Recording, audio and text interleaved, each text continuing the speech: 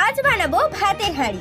তার জন্য একটা মাটির চাকা বানিয়ে এক পিঠ ডুবিয়ে নিতে হবে সাদা বালির মধ্যে, আর নিতে হবে এলইডি বাল্বের প্লাস্টিকের পোর্শন, যেটার মধ্যে মাটির চাকাটা ঢুকিয়ে একটা খুলির শেপ দিয়ে দিলাম। জোরে কাঠের উপর ঠুকে দিলাম যেন ডিম থেকে খুলিটা বেরিয়ে এলো। এবারে চামচের সাহায্যে ভিতরের মাটি কুড়ে নিলাম। এভাবেই দুটো খুলি বানিয়ে পরস্পর জুড়ে দিলাম। এবারে বোতলের ছিপির সাহায্যে হাঁড়ির মুখ কেটে নিলাম। এবারে মাটির দড়ি রাউন্ড করে হাঁড়ির কানাটাকে তৈরি করে নিলাম। এবারে পোড়ালেই মাটির হাঁড়ির।